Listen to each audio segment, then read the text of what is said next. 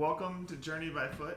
My name is Dish, and today we are going to talk about my food storage, my cook system, and my water filtration and storage system that I'm taking on the PCT in 2019. Starting with the food system is a Zpacks bear bag kit that I got from Zpacks, and their line that they provide, but I added an aluminum plate that actually came from a lightweight wallet that I purchased a way his back. The reason why I put this little plate in here is it makes it a lot easier to unravel the cord without getting a bunch of rat's nests. I can unravel this without any knots in 19 seconds, 20 seconds, and wrapping it up only takes about a minute. So it's a huge time savings and frustration in hanging your bear bag at the end of the night. Food storage. The next item is my cook system. And I really like this cook system because it nests. I have a Reflectix cap that I use for rehydrating my food. Most of my food is going to be rehydrated. I'm not actually going to be cooking in the pot, mostly to save on cleaning time. I find that when I cook in the pot, the food sticks to the titanium and is really frustrating to clean. So most of my food is going to be rehydrated in a Talenti cup. And with this Reflectix material, I can dump the contents from a Ziploc bag into the Toaks, or the Talenti cup, and I don't essentially ruin the Ziploc bag or make the Ziploc bag really dirty. I can reuse the Ziploc bag at my next resupply. That's the goal. So, Toaks 550 mug, they changed the aspect ratio of these so they won't nest nicely with a Talenti cup anymore. And I don't know why they did that. Maybe for fuel reasons or fabrication reasons, but it's a little bit squatter and wider. Same 550 milliliters though, if you get it on Amazon right now. So that's my pot. The stove I'm using is an Camp stove.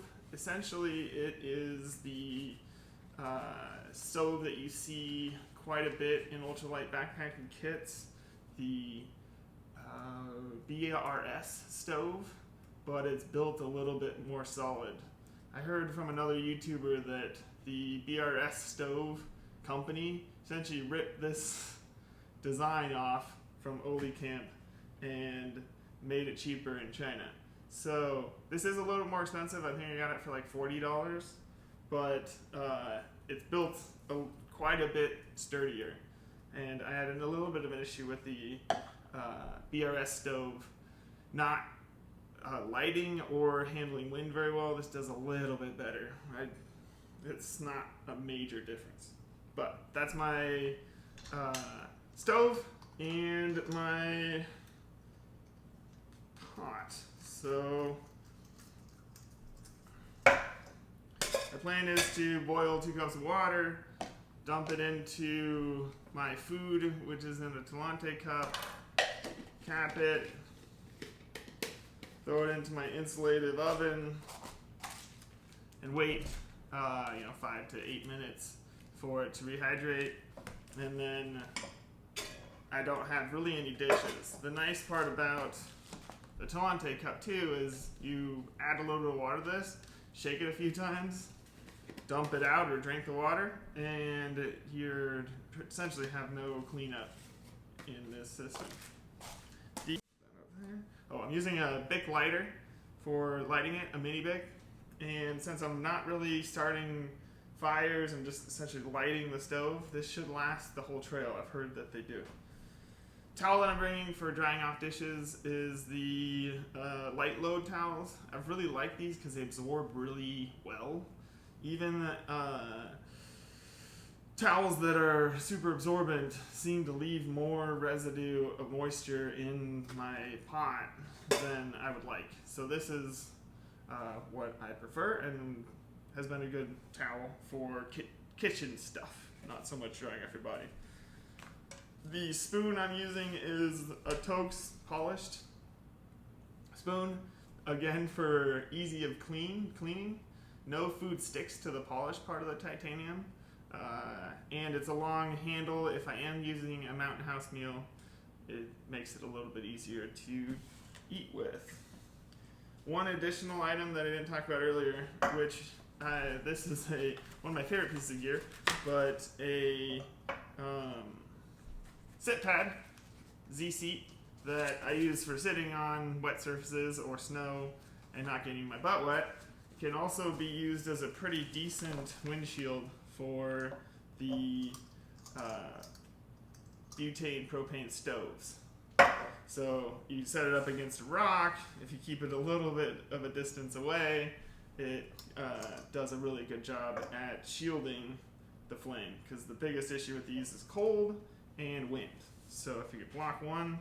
I've also used it as an insulative bottom, which you probably want to flip over. Careful about melting this, but I haven't had any issues with the heat coming down to, or hot enough to actually melt the foam. But keep an eye out if you try that method. The water filtration system that I'm using is the tried and true Sawyer squeeze. And I've added a couple of caps so that it doesn't leak in my backpack. I don't know if I'm going to take these on the PCT. I haven't decided yet. But I put a little plastic cap on the end, one black for the dirty end and one white for the clean end. And this coupler is what I use for my gravity feed system. So you can also attach them directly to the Sawyer or the Smart Water Bottle bottles, but my plan for the PCT is not to have dirty water in my bottles, because it's kind of annoying to squeeze this, drink out of this end, then you have to loosen it to allow air to get in, tighten it back up, squeeze it again to filter into your mouth. My plan is to use these awesome bags that I learned about from Darwin on the trail. You should check out his channel. A lot of this, or a lot of my gear has come from inspiration from him, and trying out other gear as well. But you can get two bags. You can get or two different colored bags. You can get orange and blue. Blue is going to be my clean bag. Orange is going to be my dirty bag. And essentially, you can just screw these together, and I actually screw them together before I collect the water with the coupler, so that when I do collect the water, you don't have to fumble with the bag spilling.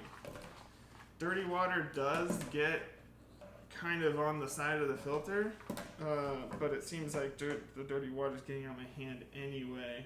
So I haven't had any issues with that, but essentially opening up the wide mouth of the dirty bag, collecting all your water, and usually I keep the dry bag or the clean bag out of the water.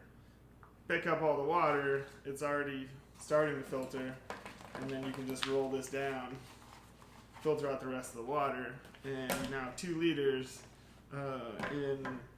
I've gotten it in probably a couple minutes, 2 to 3 minutes, to filter 2 liters of water. I also like to hang out at water sources, so it's not a huge deal to wait a little bit. I added a little piece of rope or paracord to this end, the dirty end, as well. So if I'm in camp, I can just close the bag, collect the water, and then hang it up and have it gravity feed. I feel like I'm not adding a ton of weight to the system for this gravity system. There's sometimes a lot of tubes in other systems like Platypus, but this really is just this coupler that you can get from Sawyer that allows you to gravity feed. That is my water filtration. Oh, I'm taking an extra Smart Water Bottle cap, mostly because I'm probably going to lose one, or one's going to break. And I want to keep a Sawyer or a Smart Water Bottle cap primarily for back flushing my filter. The reason why I'm going with the Sawyer brand is because they've sized the filter to fit perfectly with a smart water bottle cap, sport cap, and then you can squeeze the water bottle and back flush the filter. There are other filters out there that have the same type of filtration as the Sawyer squeeze, but they either are plagued with flow issues like the Sawyer Mini, or issues with back flushing or being able to flush on the trail. So that is my water filtration system. These bags don't leak. There's been some that have leaked, but if yours leaks, return it and get a new bag, because the two that I have don't leak and they're not supposed to leak. So I have, for storage, two 2-liter bags, one clean, one dirty. And I'm going to take a liter, one full liter smart water bottle, and a 0.7 liter water bottle, because I like the size of this for Gatorade. So all in total, I have 5.7 liters of capacity of storage for the desert is the goal.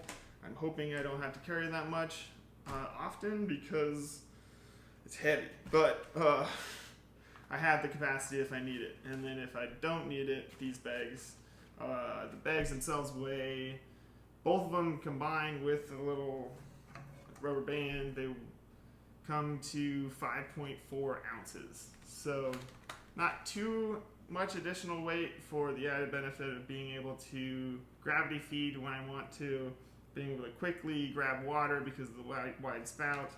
The only thing that I would potentially change on the trail as I go, if I don't end up doing a lot of gravity feeding and as I'm getting close to the end of the desert, is getting rid of the clean bag and then just filtering into my water bottles. But we'll see. That's it for this installment. As far as the weights for these, the Zpacks bear bag kit is 4 ounces with the little plate. The titanium pot Talenti cup system altogether weighs 5.8 ounces, and the Oli Camp stove weighs 1.7 ounces, which I think is in here somewhere. Yeah, that's about it. I hope you enjoyed this. If you enjoyed this video, go ahead and like it and subscribe to this channel. I'm going to be putting out quite a few more videos on my gear and my planning that I'm doing for this hike, and I'm excited. I'm so ready to hit the trail. And if you guys have any questions about my planning or any questions about gear, I've spent the last 2 years almost switching out all of the gear that I took on the John Muir Trail in 2016 to more durable or lighter gear. So I've had multiple iterations of the stuff that I'm taking on this trail, and may be able to give advice in all price ranges. So yeah, that's about it. Thanks for watching.